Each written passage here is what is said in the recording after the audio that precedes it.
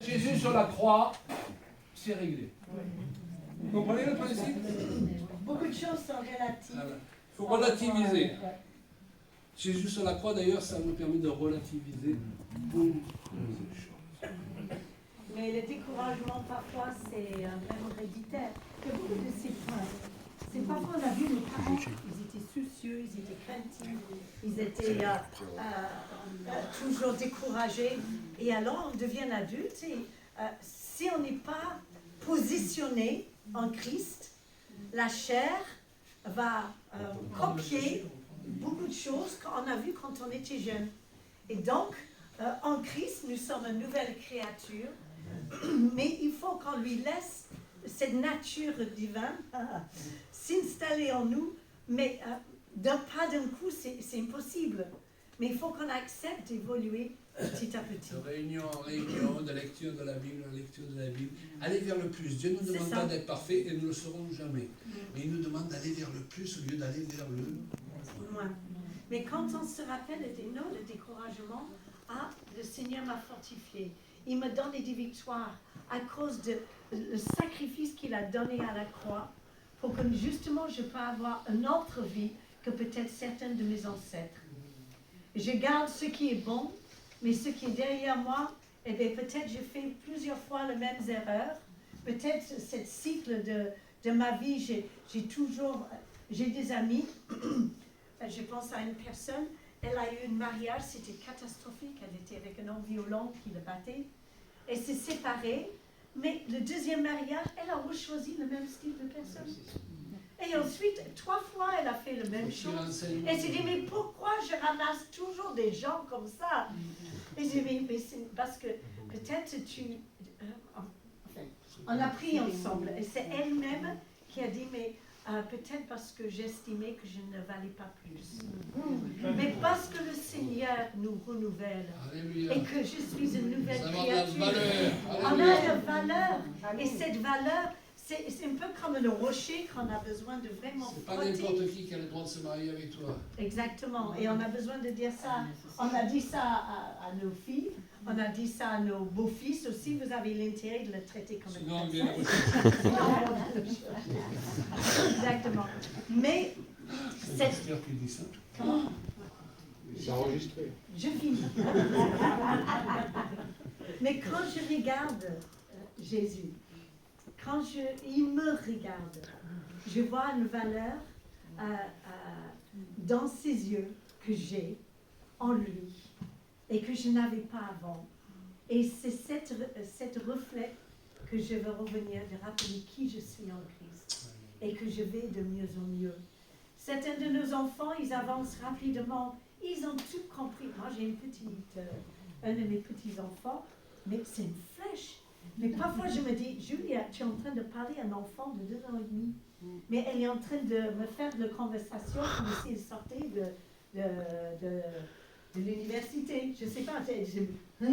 Voilà. Et un autre, il était un peu lent pour démarrer et c'était un late developer, comme on dit. Il s'est développé un peu tardivement, juste tranquillement. Mais maintenant, en étant adulte, ça va très bien. Pourquoi on fait de comparaisons? Pourquoi on a des attentes qui ne sont pas dans le Seigneur? On est là pour libérer, on est des libérateurs. Et la première personne qu'on doit libérer, c'est nous-mêmes. Voilà, ok? Les attentes que nos parents ils avaient sur nous, certains étaient bons, mais d'autres ils n'étaient pas bons. C'est pas moi, je ne serai jamais cette personne-là. Et je me libère de ces attentes-là. Et donc, j'arrête avec le découragement, la déception. Et voilà, moi je veux... Être déçu avec soi-même. Si Jésus dit qu'il est content avec moi, pourquoi je devrais rester déçu avec moi-même? D'accord? Arrêtons d'être déçu avec tout le monde, avec les gens. Vous savez, dans la vie chrétienne, vous ne manquerez pas d'être déçu, à plus forte raison si vous voulez servir Dieu. Et après, ça devient cercle vicieux. Vous êtes déçu avec les autres, après vous êtes déçu avec vous, et vous finissez déçu avec Dieu. Donc le diable, il vous emmène dans une spirale. Donc le mieux, c'est de ne pas beaucoup attendre des autres. Comme ça, vous n'êtes pas déçu. Par contre, vous vous levez le matin, vous cherchez ce que vous pouvez faire pour les autres. Enfin, parfois dans une église, les gens viennent, qu'est-ce qu'on peut faire pour moi? Ben, t'es pas venu pour faire quelque chose pour les autres? Et puis il me dit, il y a plus de plaisir à donner qu'à recevoir. Donc quand tu n'attends rien, quand on te donne, merci Seigneur! Et quand tu ne te donnes pas, tu n'es pas déçu, tu n'attends rien. Parce que mais quand tu attends trop, tu es toujours déçu. Parce que c'est rare que tu reçois par rapport à tes attentes. Mais Dieu est capable, lui, quand tu n'attends rien des hommes, de te donner au-delà de ce que les hommes peuvent te donner. Alléluia. Je refuse le découragement, la déception. Restez assis. Faites-le avec conviction. Alléluia. Je refuse le découragement. Je refuse la déception. Alléluia. Bon, on vous rassure, il n'y a pas encore 50 points. Non, 30. Mais on continue? Je refuse la colère. Oh non! Oui. On n'est pas coléreux. Ah! Nous avons une personne parfaite ici. Elle va nous imposer les mains à tous. Il va demander à son mari. La nouvelle créature. Amen. Il se cache, le mari. Il se cache. Un jour, nous revêtirons un corps semblable au corps qu'avait Jésus lorsqu'il est ressuscité. Lorsqu'il est ressuscité, il avait un corps tellement merveilleux qu'il est passé à travers les murs. Alléluia, quelqu'un peut essayer de passer à travers le mur? Non, merci. Non, c'est pas le moment. Et c'est pour ça qu'il y a comme entre la chair et l'esprit. C'est pour ça qu'on ne sera jamais parfait et que nous avons besoin d'une autre perfection et d'être conscient de notre perfection, celle que nous accorde le Seigneur en Jésus-Christ. Amen. Amen. Jésus est venu vivre une vie de juste, lui qui était juste et parfait. Donc, comme il était déjà juste, une fois qu'il a vécu cette vie à notre place, il se retrouve avec 2 titres de juste. Il en a un en trop. Et qu'est-ce qu'il en fait? Il nous le donne. Donc, être juste, c'est pas être parfait, c'est être déclaré juste. Alléluia. Sainte Julia. Alléluia. Saint Jean-Michel. Un saint, c'est pas quelqu'un qui a une statue en pierre à son effigie. C'est quelqu'un qui a été sanctifié par l'offrande du corps de Christ. Combien nous avons de saints ici? Tous. Ils ne sont pas sûrs.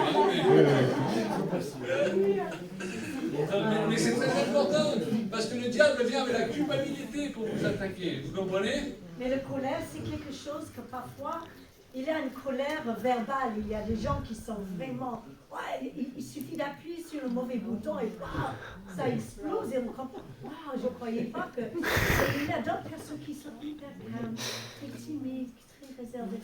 Oh non, mais vous ne devez jamais vous mettre en colère. Vous êtes tellement gentil. Ah, ne vous trompez pas. La mauvaise humeur aussi. Voilà. Attends. Parce que même les personnes les plus timides, il y a des choses que... Si c'est une question de se défendre ou de défendre les enfants, on a tous cette colère en nous. Mais il y a une bonne colère et une mauvaise colère. Ce n'est pas d'être totalement passif, mais il faut qu'on arrive à viser que l'ennemi. Le diable, c'est l'ennemi de notre âme. Ce n'est pas la personne que j'ai en face. Et ensuite, il y a aussi ceux qui sont en colère tout le temps, mais c'est une colère silencieuse. Ça s'appelle la mauvaise humeur. Et les hommes, ils sont très forts pour ça. Quand ta femme te demande, qu'est-ce que j'ai fait? Tu devrais le savoir.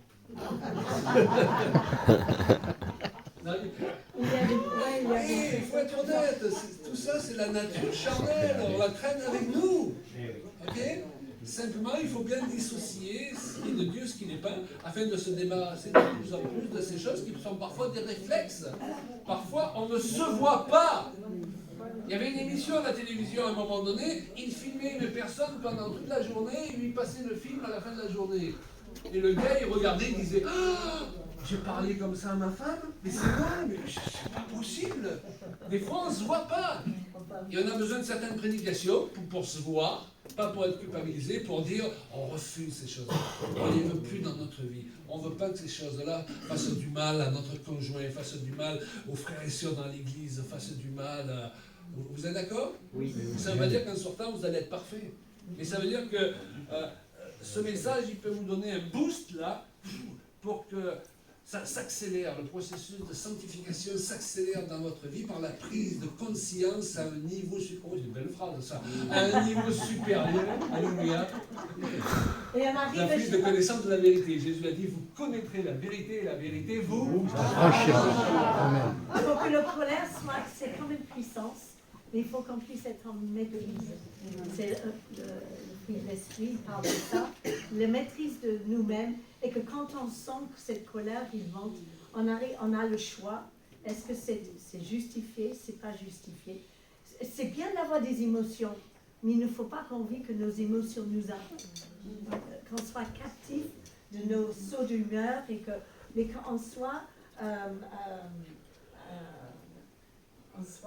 en maîtrise de nos émotions. Ayez des émotions, c'est un bon point, parce que parfois on a des enseignements sur la foi, on a l'impression qu'il ne faut plus avoir d'émotions. Non, les émotions viennent de Dieu, alléluia. Il y a un temps pour crier, un temps pour dire je ne suis pas d'accord, il y a un temps pour être joyeux, ouais. Mais il ne faut pas que nos émotions nous aient, comme tu as dit. Okay? Je ne suis pas esclave de mes émotions, mais le Seigneur nous a donné toutes ces capacités de rire, de pleurer, de maîtriser, et même le colère. Ce n'est pas une mauvaise chose dans certaines situations, mais le Seigneur, il veut qu'on soit maître de ces choses. Juste ne voyons pas des saintes colères.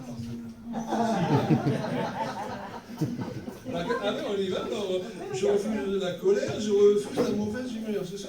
Tu refuses la mauvaise humeur? Alors, je refuse la colère, je refuse la mauvaise humeur. Qui est d'accord? On y va? Allez. Attention, votre conjoint il vous voit là. Je refuse La colère, je refuse la mauvaise humeur. Amen. C'est agréable à vivre. Amen. D'ailleurs, c'est moins de travail pour les autres si je suis agréable à vivre. Ça ne veut pas dire qu'il ne doit pas m'aimer, on peut aimer quand même les gens. Mais il y a beaucoup de gens dans les églises évangéliques qui veulent garder leur sale caractère et qui veulent qu'on les aime quand même. Donc, aimons-les quand même, mais s'ils pouvaient nous faciliter la vie, sinon on a des amis, on les aime bien, mais de loin. Parce que dès qu'on entre dans leur sphère, eh bien, on est victime parfois de leur mauvais caractère. Donc, le prochain, il est important. Là, non. La susceptibilité. Il fait mal celui-là. Moi je ne suis pas susceptible. On est tous plus ou moins susceptibles dès le départ. Et quand on est trop susceptible, on prend tout personnellement. On peut devenir, si on ne veille pas, maladivement susceptible. Okay? Les gens, ils voient qu'on est susceptible, alors ils vont faire en sorte de ne pas nous choquer, et comme on s'aperçoit qu'ils font attention pour ne pas nous choquer, ça nous rend encore plus susceptibles. On est blessé quand même. Ah oui. On essaie de ne pas nous blesser, on voit qu'on n'essaie pas de nous blesser, ça nous blesse. J'ai une astuce, je me le repose. Donc, la Bible dit, ne fais pas attention C'est un trépied. de ce que les gens disent sur toi. Souviens-toi que toi aussi, parfois, quelqu'un a dit sur toi. Okay? Donc, il faut dédramatiser dans la vie. Et je voulais vous dire que si vous voulez servir Dieu, qui veut servir Dieu? Bravo! Donc vous n'allez pas aller de l'avant en étant moins critiqué. Vous n'allez pas aller de l'avant en étant moins montré du doigt par les gens ou méprisé. Vous aurez encore plus de mépris, encore plus de critiques. Donc autant vous faire à cette idée. Et ne pas attendre que ce soit les gens qui changent, mais c'est vous qui changez. Alléluia.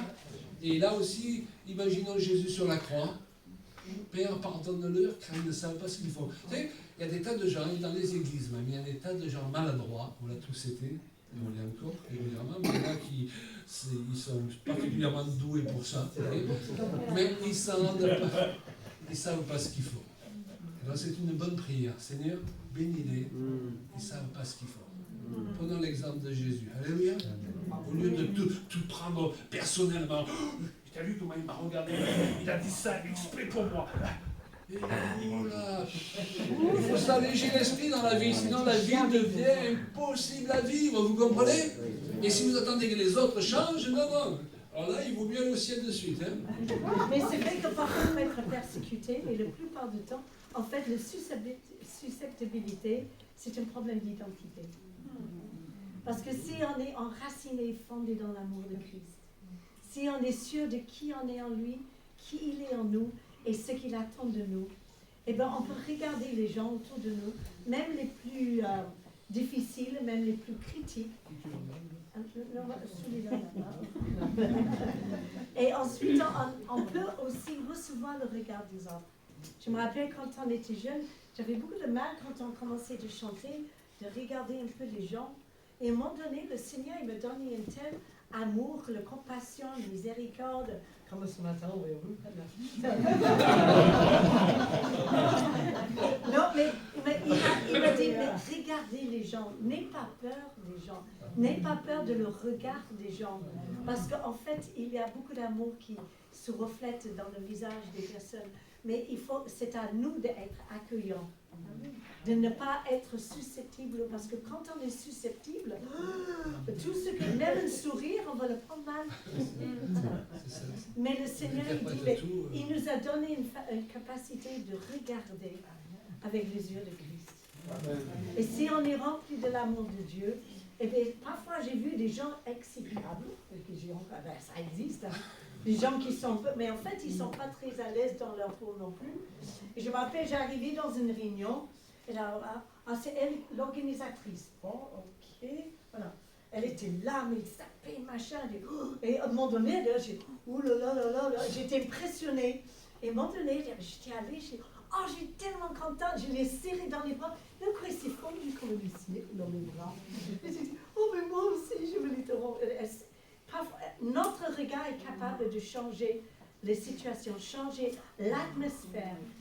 Dieu, il est avec nous, il n'est pas contre nous. Et les gens non plus ne sont pas contre nous en général. Il peut y avoir des exceptions. Mais très souvent, quand on est susceptible, on a l'impression que tout le monde est contre nous. Et il y a parfois une exception et on cherche l'exception.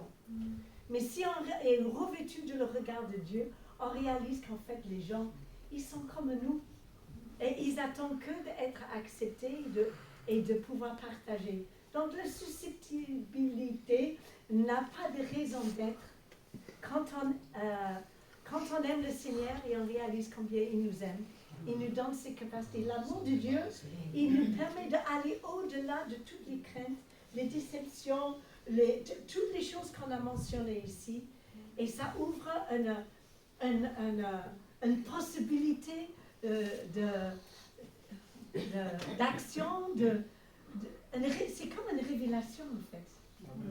Donc la susceptibilité, on le refuse au nom de Jésus. Amen. Parce que c'est le mensonge de l'ennemi qui nous garde prisonniers à cause de ça. On peut se débarrasser de ces choses. Okay? Ça va frapper à la porte encore pour essayer de rentrer, il n'y a pas de problème. Mais rappelez-vous de cette matinée. Je refuse de prendre les choses personnellement, de la susceptibilité. Et puis, les autres ont le droit de ne pas être d'accord avec nous. C'est pas grave. Ma femme elle a le droit de ne pas penser tout comme moi. Pas grave. Elle a le droit de se tromper. Hein. Oui, c'est ça. Voilà. Vous avez compris. Et c'est là, on attend. Les autres, c'est important. Les autres ont le droit de ne pas tout voir comme nous. C'est pas besoin de faire une affaire d'État à chaque fois. Des fois on a raison, des fois on a tort. Que ce soit dans le couple, que ce soit dans... Ok. Ça réglé à la maison. Et voilà. Et est-ce que vous comprenez? C'est important. On est au vide de société. Dès qu'on n'est pas d'accord avec quelqu'un, il veut être en conflit avec nous. On n'est pas d'accord. Mais l'unité dans le corps de Christ n'est pas bâtie sur le fait de tout voir pareil. Elle est bâtie sur le fait de garder le lien de paix malgré qu'on ne peut pas tout pareil. Et ça, c'est un exploit dans le monde dans lequel nous habitons. Exactement. Vous avez vu, même les politiciens, même s'il y a une bonne idée, parce que c'est quelqu'un de notre parti, on va voter contre. On ne peut pas avoir une attitude politicienne dans l'Église. Alléluia. Voilà, on doit respecter les gens, les aimer. Quand on n'est pas d'accord, ben on les bénit. Alléluia, au nom de Jésus. Et on continue notre chemin. Et quand vous avez cet état d'esprit, rien ne peut vous arrêter. Parce que toutes ces choses-là, tous ces points, ce sont les obstacles que le diable met sur notre route pour nous empêcher de réussir notre destinée. Parce que croyez-moi, il va mettre la personne, lorsque vous n'êtes pas guéri de la susceptibilité par exemple, il va mettre la personne qu'il ne faut pas, au moment qu'il ne faut pas, il va vous lancer la pique qu'il ne faut pas. Et qui va pour vous stopper. C'est pas juste pour vous piquer, il en pique des gens tous les jours. Donc il n'a pas besoin d'en avoir un de plus. Okay? Pour empêcher votre destinée de s'accomplir. Et plus vous êtes appelé par Dieu pour faire avancer le royaume de Dieu, plus vous allez avoir des gens comme ça sur votre chemin. Donc vous devez régler à l'intérieur de devenir imperméable à toutes ces agressions. Alléluia. Et vous avez vu comment vous entrez dans un magasin, si vous avez un sourire, les gens ils vous sourient. Hein? D'ailleurs, vous me souriez. Ouais, c'est vrai. Vous avez des gens parfois dans les églises, il n'y a personne qui me sourit. C'est normal. Tu récoltes ce qui fonctionne. Tu tires la gueule toute la journée. Et on a du mal à te rendre un sourire, ok? Dans ce que je sème, c'est ce que je récolte. Alléluia. Bon, la susceptibilité, après il y en a deux, on va terminer, ok? Est-ce que juste la susceptibilité? Oui, c'est bon. Ah oui, le mauvais humeur, on a déjà fait. Ah oui, on va se lever pour cela. Ah, on fait le gymnastique à l'église. Voilà. Allez, ne soyez pas susceptibles.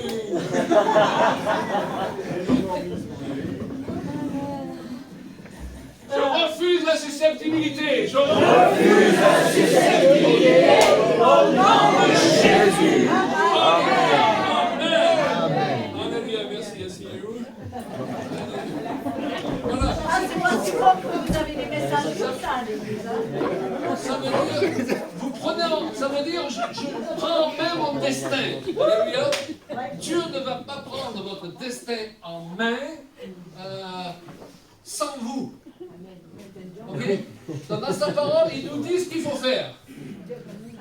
Une bonne partie du message de l'évangile, et je crois que c'est ce qu'il faut comprendre, c'est prendre connaissance de ce qui est bien et le faire. Alléluia. Sans se tâter ou autre, et la chair elle suivra. Mais elle donne rarement le chemin à suivre. Normalement. C'est à nous de le croire. Il n'y en a plus que deux, mais celui-là est intéressant. J'ai marqué le sentiment d'illégitimité. C'est ce qu'on appelle souvent le syndrome de l'imposteur. C'est-à-dire que vous voyez souvent la télévision, des artistes, des chanteurs dire « Ah, ça fait des années que je suis là, que je fais de la scène, que je chante, j'enregistre des disques, et souvent je suis là sur l'estrade, et il y a quelque chose qui me dit que tu es un imposteur, tu ne devrais pas être là. » Ils vont tous s'apercevoir à un moment donné que tu n'es pas un auteur. Vous connaissez cette voix de l'adversaire? Mais qui tu es, toi? Qui tu es pour dire que tu es juste?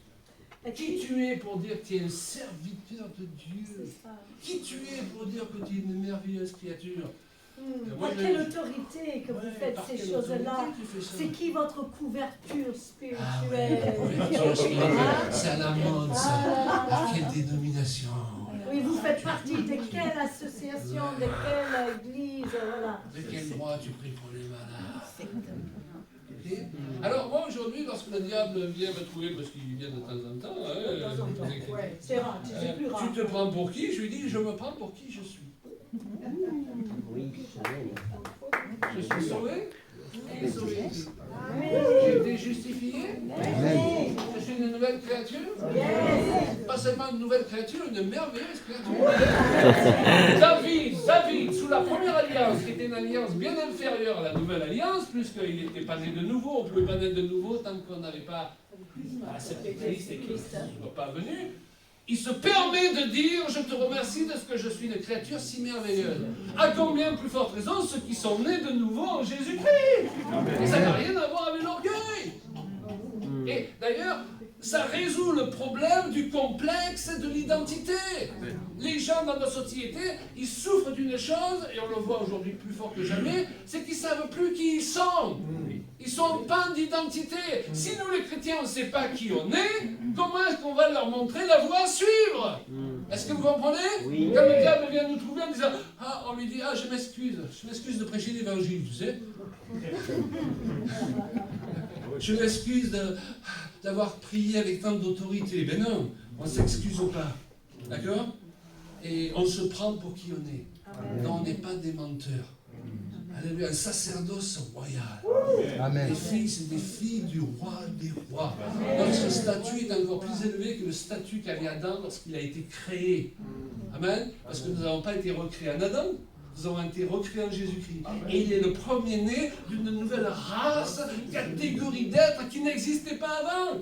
Parce que Dieu n'a pas essayé de rectifier l'électrique avec le problème avec du sparadrap, des bouts de fils de fer. Non, Adam lui-même, on ne connaît pas l'histoire, mais certainement il s'est repenti. Jésus, dans les 3 jours où il était dans le tombeau, il allait prêcher aux esprits qui étaient dans des lieux particuliers. Il a dû naître de nouveau aussi, changer sa nature. C'est une nature supérieure à la nature qu'avait Adam. Alors je sais, quand vous vous levez le matin, vous n'avez pas toujours le sentiment que vous êtes une merveilleuse créature. Tu te regardes dans ton pyjama rayé, tu te regardes dans la glace le matin, tu te dis, oh merde, la Bible le dit. Tout simplement parce que vous êtes encore dans ce corps de chair. Qui veut donner son corps de chair ce matin? Vous avez vu que c'est difficile de le laisser à la maison. Hein? Et un jour, nous revêtirons un corps glorieux. Même les docteurs peuvent vous dire, les scientifiques, que nous n'utilisons qu'un 10e, voire un 100e, selon les versions, des capacités de notre cerveau. Parce que lorsqu'Adam il a chuté, ben, c'est comme s'il est tombé d'un arbre depuis. Okay? On est tous le produit de l'involution. Pas de l'évolution. On est tous handicapés, dysfonctionnels. Amen. Ma femme a épousé un homme dysfonctionnel.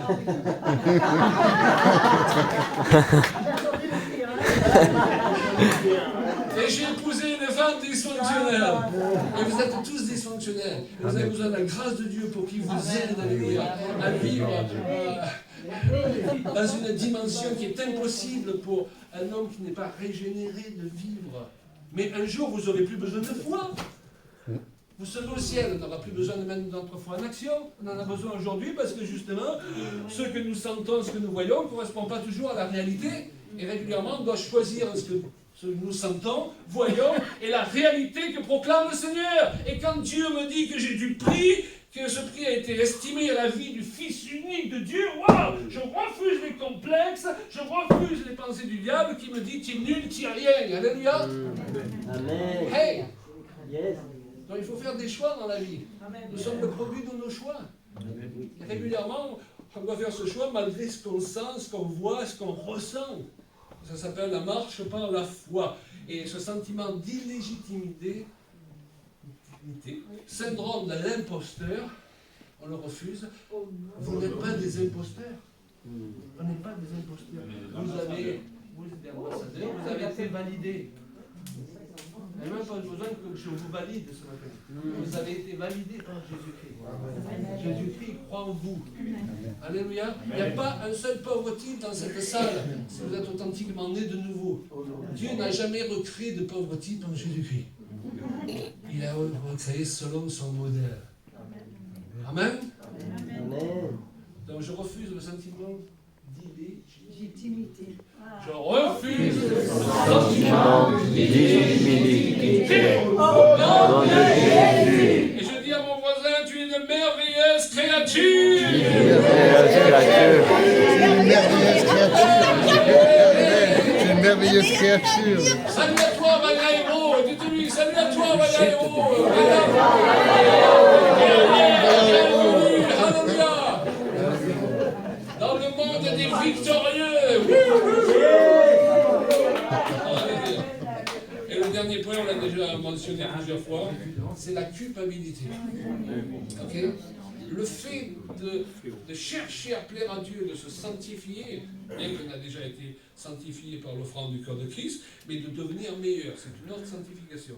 Ça ne fait pas allusion à la même sanctification. C'est légitime, amen, mais Dieu n'a pas prévu que ça se fasse dans la culpabilité. Dieu, il ne veut pas qu'on soit là en disant « Ah, mon Dieu, c'est vrai, il a raison, Claude Paillard. Ah, j'ai des peurs. Oh là là, je suis indigne. Ah, je suis inquiet souvent. Oh là là, souvent, j'essaie d'intimider les autres ou je me laisse intimider, mais c'est terrible. Hey, oh, on est dans la joie, on prend la parole de Dieu, on s'en nourrit. L'homme ne dira pas de pain seulement, mais de toute parole qui sort de la bouche de Dieu. Dieu. On se nourrit ce matin. C'est un banquet, c'est pas un rassemblement de culpabilisation des gens. On va ressortir meilleur. Wow!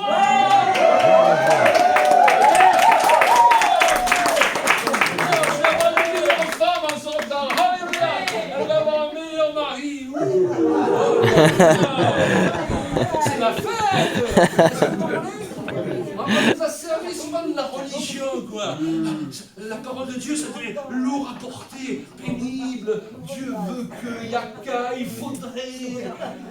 Hey, merci Seigneur pour la joie de ta parole qui nous transforme, qui nous aide à devenir meilleurs, sans nous condamner. Wow.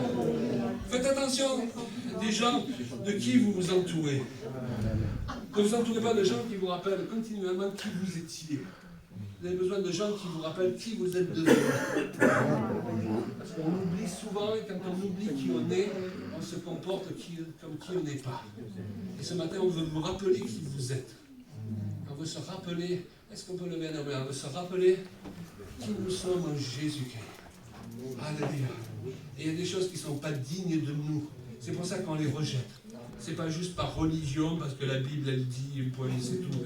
On les rejette parce qu'on déteste la peur, on déteste l'inquiétude, on déteste la manipulation, on déteste le découragement, on déteste être toujours déçu, on déteste la colère humaine qui n'accomplit pas la justice de Dieu, on déteste la mauvaise humeur qui est capable de se répandre là, sans même ouvrir la bouche et créer une ambiance dans la pièce qui devient insupportable pour les gens qui nous entourent, pour nos enfants. On déteste ces choses-là. La Bible dit Dieu t'a oint parce que tu as aimé la justice, mais ça ne suffit pas d'avoir aimé la justice. Tu as haï l'iniquité. Nous haïssons l'iniquité ce matin. Nous haïssons toutes ces choses qui ne viennent pas de Dieu, qui prennent pied encore trop souvent en nous. Et nous les affrontons, nous leur fermons les portes. Alléluia. Et nous disons, Saint-Esprit, prends toujours plus de place en nous. Alléluia. Nous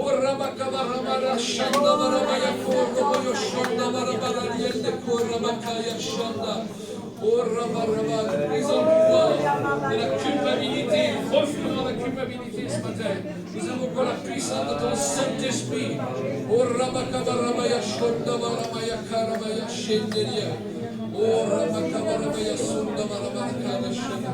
Imprégnons-nous ces paroles ce matin, Seigneur. Imprégnons-nous ces paroles. C'est toi qui le fais, par ton esprit. Adorons le Seigneur ce matin. Il agit simplement dans ce temps-là.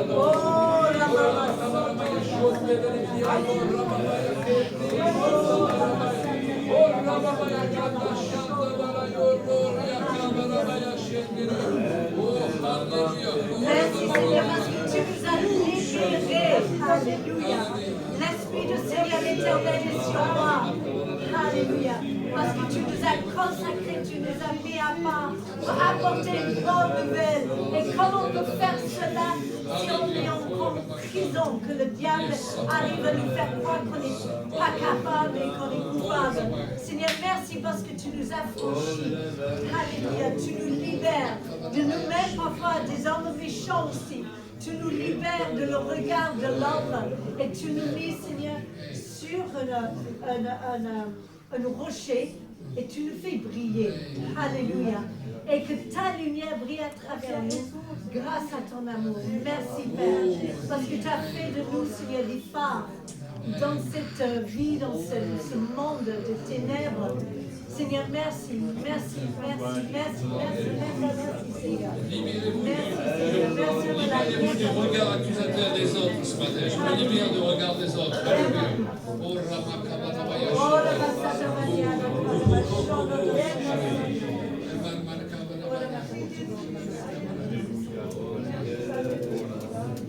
Combien de chaînes sont brisées ce matin? Combien de liens sont détachés ce matin? Parce que tu es présent, Seigneur, et tu es le Seigneur de la vie. Sois glorifié, Jésus. Sois loué, sois adoré, parce que tu es assis sur le trône de ta gloire. Seigneur, merci, parce que nous sommes tes enfants. Merci, parce que, Seigneur, tu nous aides de l'amour éternel. Parce que, Seigneur, tu nous fais avancer, parce que tu nous donnes, Seigneur.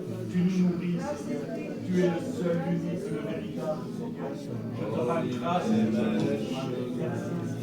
Merci pour mes frères et mes sœurs, Seigneur. Merci pour ton Église. Merci, Seigneur, pour ton corps.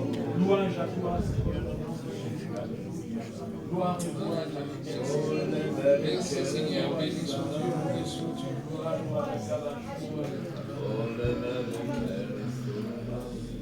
C'est une bonne occasion, continuons à prier, c'est une bonne occasion pour prendre la Sainte Seine.